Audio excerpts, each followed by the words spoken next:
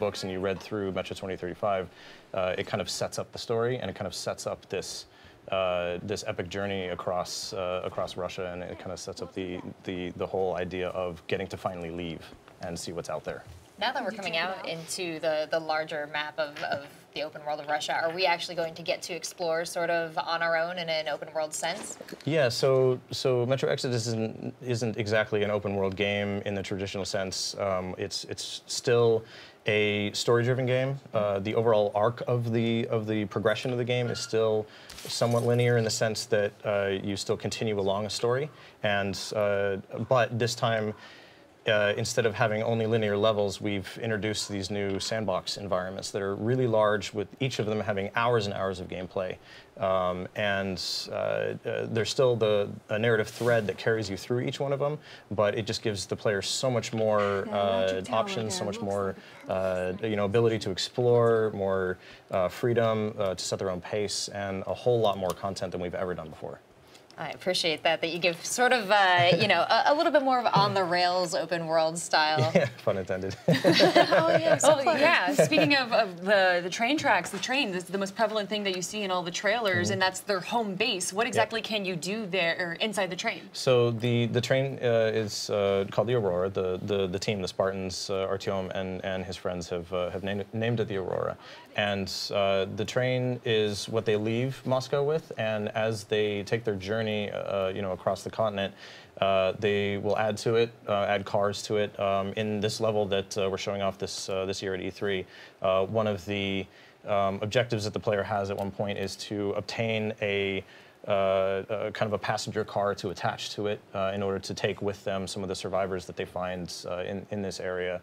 And it's kind of the home base. So when you arrive in a new area, it's the place that you can go back to where the rest of your team is, where you might get some of your primary missions from, things like that. So you're saying adding an extra car and saving a bunch of players, is that something, or people I should say, is that something that is possible to not happen? You wouldn't pick up an extra car? Is there any way to customize this train and have a bit of a variability with it? So it's the train is kind of the part of that core narrative thread that carries you through, and it's part of some of what kind of relates back to the classic Metro style of gameplay and narrative delivery, where there's certain parts that are designed in a way to carry the player through and always be something that the player can go back to know where they need to go, what they need to do, what's going on, and to understand like what it is that they're doing there. So it's kind of that the core of the game, where especially in these big sandbox areas, the player can kind of choose to do what they want when they want, but they can always go back to the Aurora to know, like where they need to go next if they get lost or if they get confused or if they, want to upgrade something or swap out a weapon or something like that. Another system that follows the storyline as well is that you guys are having all 4 seasons in this game, correct? Yep. And is that going to affect gameplay anyway at all, or is it purely aesthetics and you get to see all of the 4 seasons in beautiful Mother Russia? Well, I mean, that's certainly part of it, definitely. The game takes place over the course of a year, and through the year, depending on the time of the year it is that the player has gotten to a certain area, it'll be a different season. And in the environment that we're showing off right now, it happens to be spring. And so you see in this environment, a lot of the snow has been melting, and in spring, comes storms, and so in this area there's thunderstorms and different types of dynamic weather that you'll be able to experience within the levels, and the different areas, depending on the time of year, will have different seasons that come with different weather patterns and things like that. And also the different environments are spread out across the continent, so you'll see different types of environments. Like last year, in the trailer that we made for E3, you saw more of a forest environment that takes place in the autumn season. So it's kind of a different contrast to what players are used to in the Metro series, which has always been the dead of winter. Yeah. Like very, very cold, snow everywhere, very gray, A huge thing about the Metro games, of course, is the customization of weapons. How exactly have you guys worked on that for Metro Exodus? So in previous games, the customization was a little bit limited. You could, maybe buy a pre-configured upgrade to a weapon. In Metro Exodus, we've redesigned the weapon system completely. and now it's more modular, and there's kind of there's like 5 hard points on every weapon where you can change characteristics of the weapon, physical characteristics that affect the attributes. Say swapping out a barrel or a stock or a magazine, but you can also add attachments, so scopes and lasers and things like that. And it's much more customizable to where you can take a weapon in its very base form, and you can customize it to approach a situation in the way that you want to. If you're going to approach a bandit camp in a stealthy way, you can attach a silencer and maybe a red dot sight. Or if you want to do something from a distance, you can attach a long barrel and a scope. There's a wide range of options for every different type of weapon. We've also added the idea of maintaining weapons. We've always had a little bit of overheat or jamming that was kind of dynamically occurring with weapon use in previous Metros, but in this game in particular, you have to maintain the weapons. So when you come to a workbench, as you're seeing right now, you'll have to clean the weapons because dirt, grime, water, things like that will actually cause the weapons to break down more often, and even possibly affect the performance of the weapons as well. I was looking for more chores. Thank you.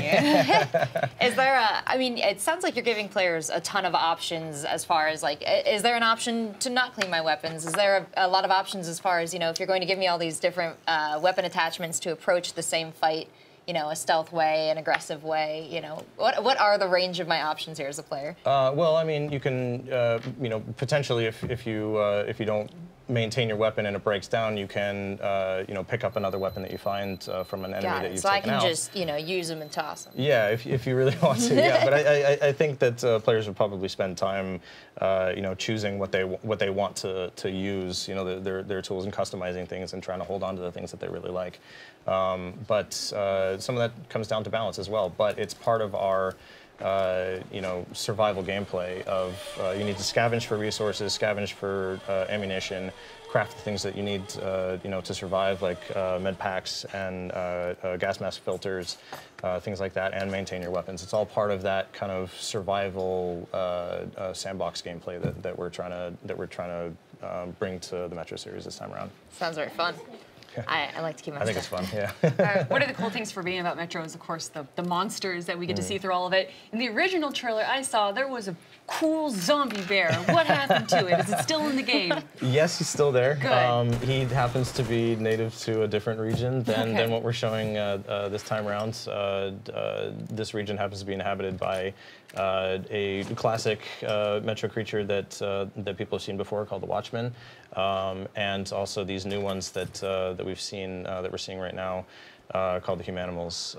There's different creatures in different regions. Different ones that live above ground, below ground. And different ones that have kind of adapted naturally to their environments, and some of them are completely new because we're no longer in the Moscow Metro system, and so some mutants won't be returning, and some new ones the player will come across, and some will be returning as well. So. Now, before I send you away, obviously mobility is very important in this game. You're exploring all of Russia, and sometimes you're going outside of the train. What ways can players traverse the land? So aside from walking around, in this particular level, there's a lot of water, and so you might find boats laying around that you